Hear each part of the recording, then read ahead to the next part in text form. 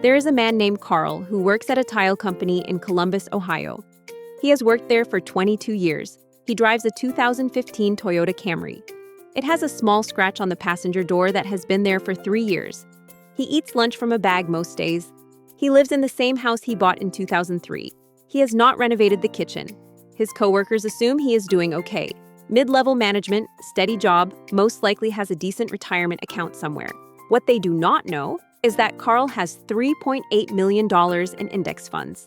His house is paid off. His kids' college funds are in full funded. He has not had a car payment in 11 years. He could stop working today and never need to work again. He chooses the Camry on purpose. Now ask yourself, if you saw Carl at work, what would you assume about his bank account? Carl is not eccentric.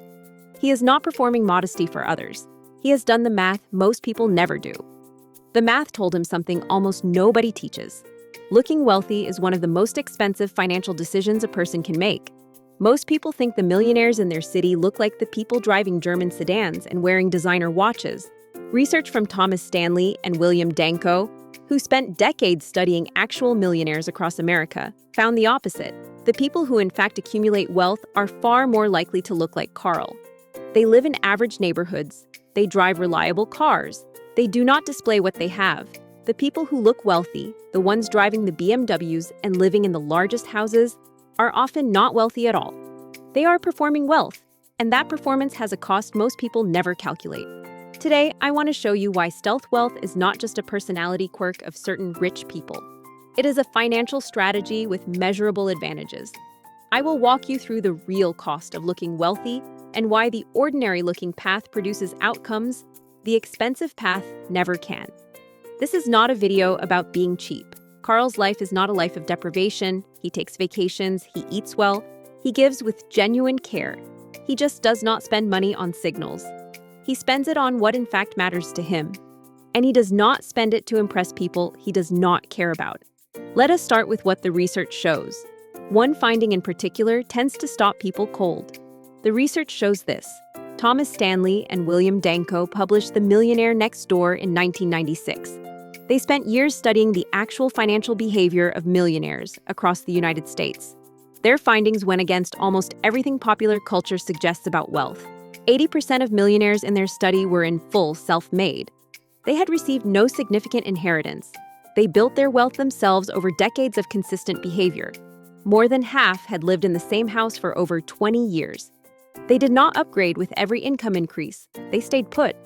The top 3 car brands driven by millionaires in Dave Ramsey's research are Toyota, Honda, and Ford. BMW does not appear until number 6 on the list. Mercedes does not appear at all. An Experian automotive study found that 61% of people earning over $250,000 drive Hondas, Toyotas, or Fords, regular cars that blend into any parking lot. Meanwhile, 8% of people earning under $100,000 own luxury vehicles. They are spending $60,000 on cars while earning $50,000 a year. One group looks wealthy. The other group, in fact, is wealthy. These are not the same people. The formula Stanley and Danko created to identify who falls into each group is simple. Take your age and multiply it by your pre-tax annual household income. Divide by 10. The result is what your net worth should be at this point in your life. Those at or above that number are what they called prodigious accumulators of wealth. Those below it are under-accumulators of wealth. Stop and calculate your number right now. Age times income divided by 10. Is your net worth at or above it? A 45-year-old earning $120,000 should have a net worth of $540,000 by this measure. Many people earning that income fall well below that number. They spent the income on a life that looks like the wealth they had not yet built. The under-accumulators are often the most, in a visible way, impressive. Nice car, nice neighborhood, nice clothes. Empty retirement account? Let me show you what that looks like in real numbers. A 45-year-old doctor earns $220,000 per year. By the PAW formula, her target net worth is $990,000. She drives a leased Mercedes. She lives in a $600,000 house. She sends both kids to private school at $38,000 per year combined. Her actual net worth is $340,000, less than a third of her target. She pays her bills on time. She contributes to her retirement account. She just built a life that costs 91% of what she earns to maintain. With only 9% left for wealth building, the PAW target keeps moving further away no matter how hard she works. Now, take a 38-year-old plumber earning $72,000 per year. His target net worth is $273,000.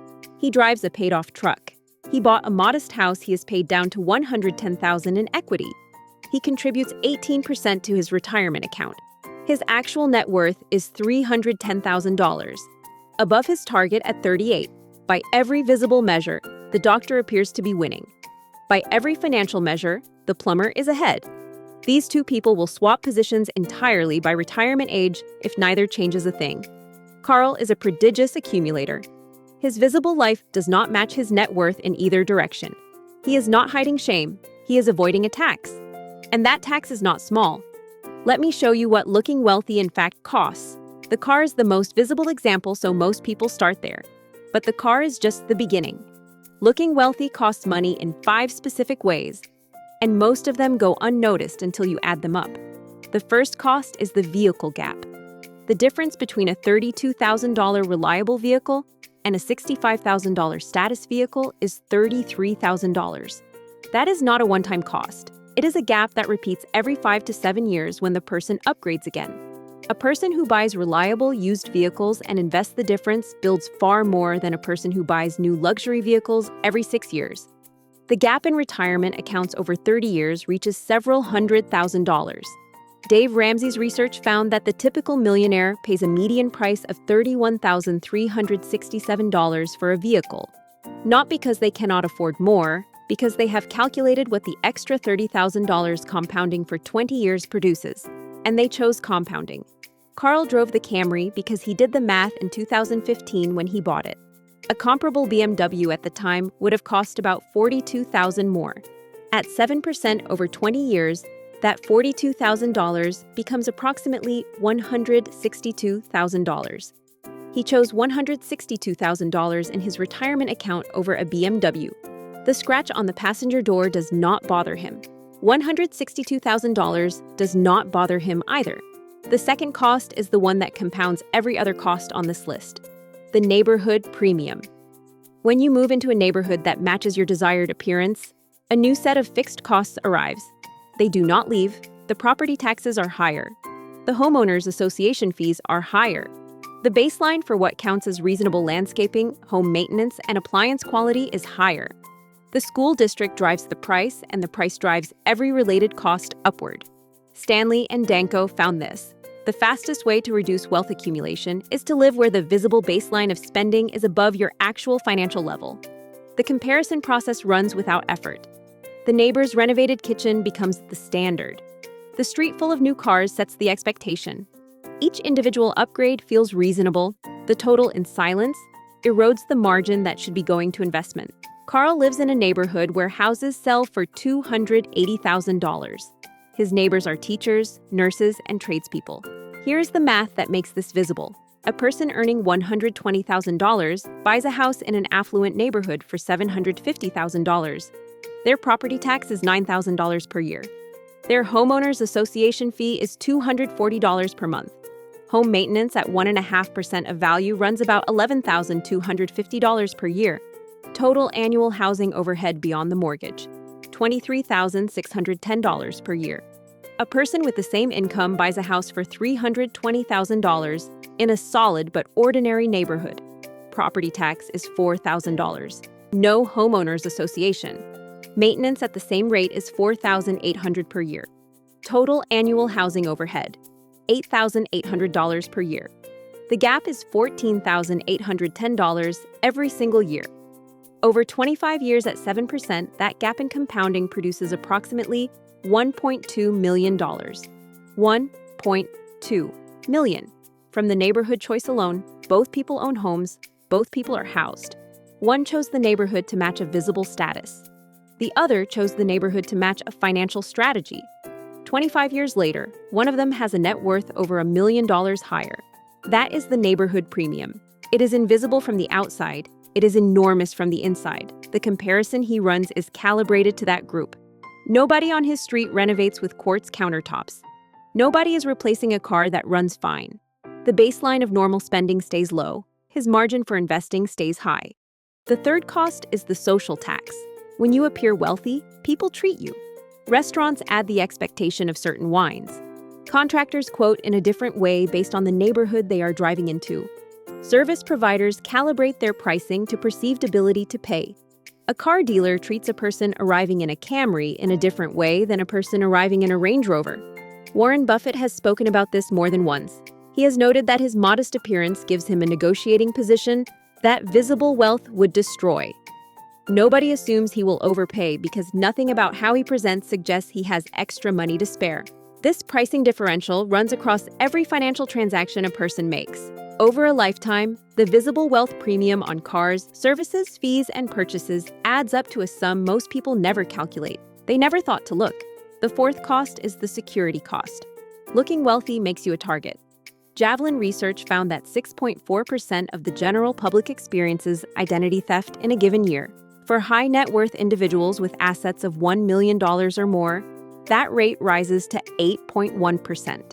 A joint Experian and Department of Justice study found this. Wealthy Americans are 43% more likely to experience identity theft than the general population. The more visible your wealth, the more targeted your exposure. Social media posts showing expensive vacations, new cars, and renovated homes function as advertisements to criminals and scammers who treat that information as a profile. High net worth individuals face targeted attacks that security experts call whaling. These are not mass phishing attempts. They are customized operations built from public information the target provided on purpose. Carl does not post on social media. The few people who know his actual financial position are his accountant and his wife. His tile company colleagues believe he is comfortably middle class. That invisibility is not paranoia. It is a security posture that has protected him from the targeting that comes with visible wealth. The fifth cost is the one nobody talks about. It costs money, but it also costs something else. The fifth cost is the relationship cost. When your wealth is visible, every relationship gets filtered through it. People wonder whether they like you or your money. Family members begin to develop expectations. Friends in quiet ways shift the assumption of who picks up checks. Adult children grow up knowing the size of the safety net and calibrate their own effort. Stanley and Danko found a clear pattern in their research. Among adult children of wealthy parents, the more money the parents gave and displayed, the less the children accumulated on their own. The children had absorbed the message that wealth is something that arrives rather than something that is built. The ones who built the most wealth on their own were far more likely to have parents who looked ordinary and gave modestly. Carl's adult daughter does not know his net worth. She knows he is careful with money and lives below his income. She grew up watching him make choices made on purposes. She is 31 and already has $112,000 in her own retirement account. She built it herself. She never expected a safety net. She built her own. Now, let us talk about the flip side. What does building stealth wealth look like in practice? Not just as an idea. The money that is not spent on status signals has to go somewhere. Where it goes determines everything. The Millionaire Next Door research found that the typical millionaire invests at least 20% of their annual income. They treat savings as non-negotiable, not as what is left after spending. They automate contributions before lifestyle spending claims the money. They raise their savings rate each time their income rises. Ramsey Solutions conducted a study of more than 10,000 millionaires. Their findings match Stanley and Danko. The average millionaire reaches $1 million in net worth at age 49. It takes approximately 17 years of consistent behavior. Not a windfall, not a lucky investment. 17 years of a habit. The savings rate is the engine. Everything else, the modest car, the stable neighborhood, the invisible lifestyle, removes friction from the engine. Each dollar not spent on a status signal is a dollar that can compound instead. Here is what the math looks like for two people with identical incomes. Two people earn $95,000 per year, starting at 30 years old. Person A lives to the visible standard of their income. Nice apartment, leased BMW, designer clothes, restaurant meals most nights. They save 8%. That is $7,600 per year. Person B lives to the standard of the income they had 5 years earlier. Solid apartment, paid off Toyota, store brand goods, meals at home most nights. They save 22%. That is $20,900 per year. Same income, same starting age. Over 30 years at 7% annual returns, Person A builds approximately $720,000. Person B builds approximately $2 million. The gap is $1.28 million. Explained in full by the difference between visible spending and invisible saving. Person A looks wealthier for 30 years. Person B is wealthier at the end of them.